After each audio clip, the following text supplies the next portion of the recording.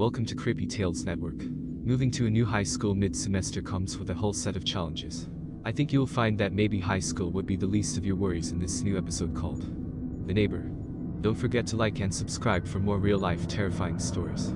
My mom got a new job offer when I was a sophomore in high school.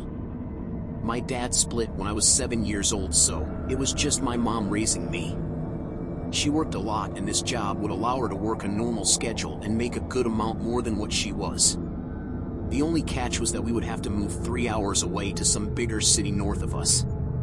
I had been playing baseball since elementary school and was on the high school team, so the fact I had to leave all my friends and the team wasn't cool, but I knew we had to go and my mom would be happier.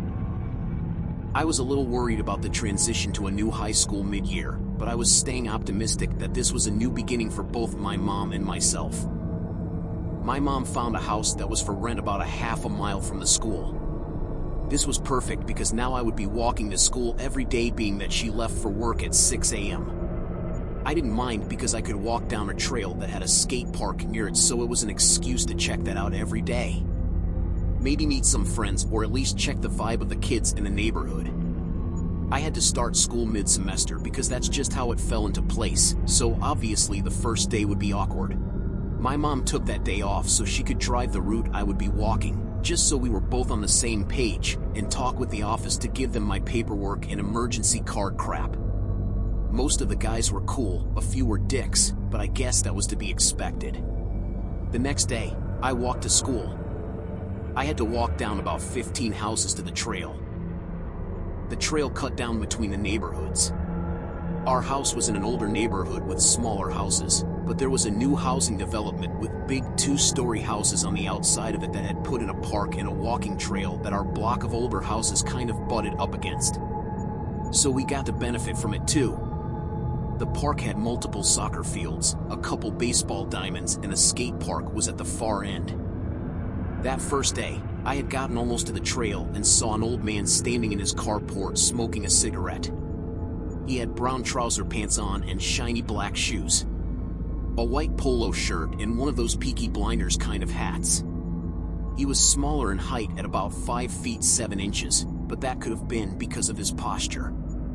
He reminded me of my grandpa before he died, always up early to get the paper and smoke his cigarette.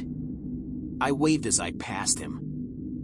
"Good morning, sir," I said. My grandpa was ex-military, so sir was a must, regardless. The old man nodded in acknowledgement and started to turn back toward the door to his house, which was situated under the carport area.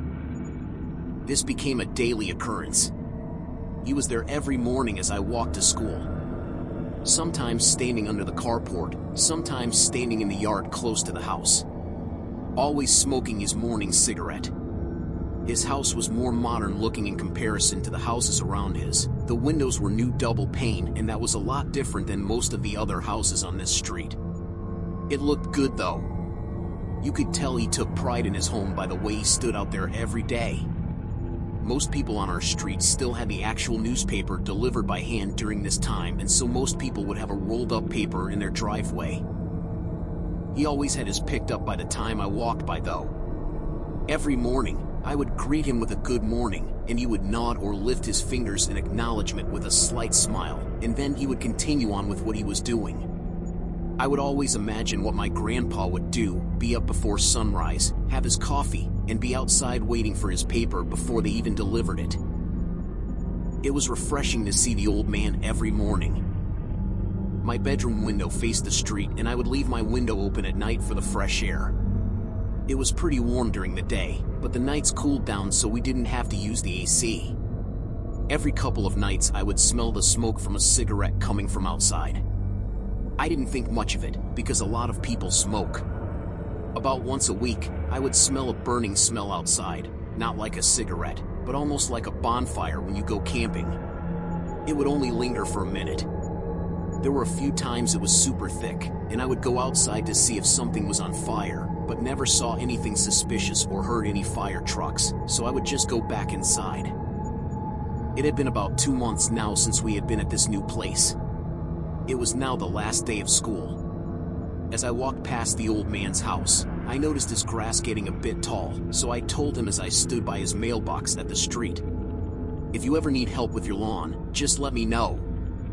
He just nodded, as he did every morning, and would just go on about his business. School was finally out and summer was now upon us. I hadn't seen the man in a few days, because I was sleeping in during that first week of summer break. But one day I decided to meet some friends at the skate park pretty early to get some rides in before it got super freaking hot outside. I started heading that way about the same time I would go to school. When I got to the old man's house, I noticed that the lawn had been trimmed very nicely and there was a real estate agent putting up a sign in the front. I stopped and asked, kind of confused, kind of concerned, "He's selling the place?" The real estate agent looked at me with a completely confused look on his face and said, "Who? The old man?" I said, "I just told him last week I would help him with his yard. Looks like he got to it. Why is he selling? Is everything okay?" The real estate agent was silent. I'm sorry, kid," he said. "I'm not sure who you spoke with, but the older gentleman that lived here passed away 2 years ago. He fell asleep with a cigarette in his hand, and this place actually burned down. They just finished rebuilding a few months back, and his family finally made the decision to put it up for sale." I was stuck. I gulped air and felt the hairs on my arms raise up. Who had I been engaging with for the last few months?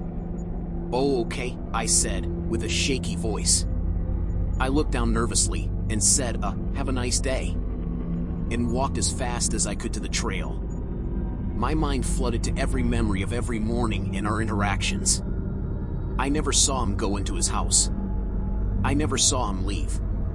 I never saw the blinds open or his lights on. I never saw a car, but I thought he must have it in the garage. He always seemed to have the same outfit on, but sometimes old people were the same thing for a long time. At that moment, it felt like something was watching me, almost like something was right behind me. Once I reached the trail, I stopped and looked back. Nothing. Was this real? I thought to myself. My mind was trying to comprehend what had just taken place.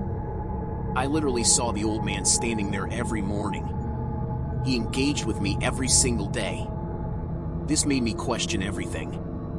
He was a normal part of my day for the last few months. But he was dead. How is this possible?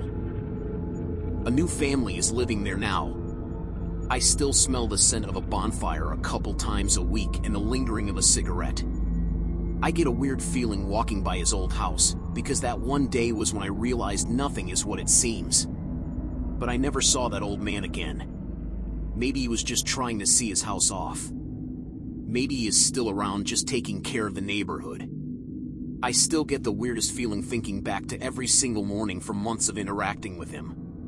And when I smell a cigarette, I think of him no matter where I am now.